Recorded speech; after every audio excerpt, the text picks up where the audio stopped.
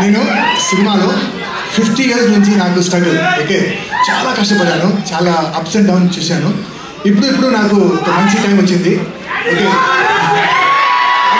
తర్వాత నా లైఫ్ మారింది. కానీ ఈరోజు మాత్రం ఒక్క విషయం చెప్తాను.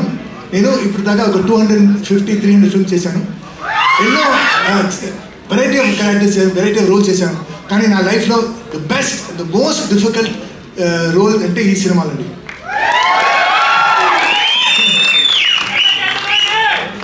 అండ్ నాకు మన అక్క రాజస్థాన్ సినిమాలో నేను విజయశాంతి గారితో తమ్ముడుగా చేశాను. అప్పటి నుంచి నా అక్క మేడం, సో అక్క గారిని పిలుస్తాను. అండ్ ఈ సినిమాలో అంటే మన డైరెక్టర్కి మనం ఒక పెట్టినే పెట్టాం, వన్ మోర్ ప్రదీప్ అని. ఎంత బాగా చేశారు.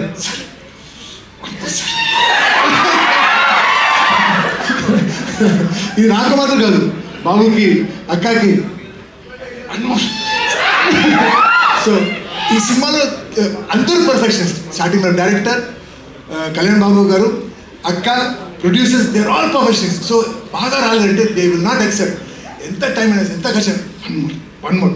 సో కథ ఆలోచించినప్పుడు సార్ ఈ సినిమా టైటిల్ పెట్టింది సార్, వన్ మోర్.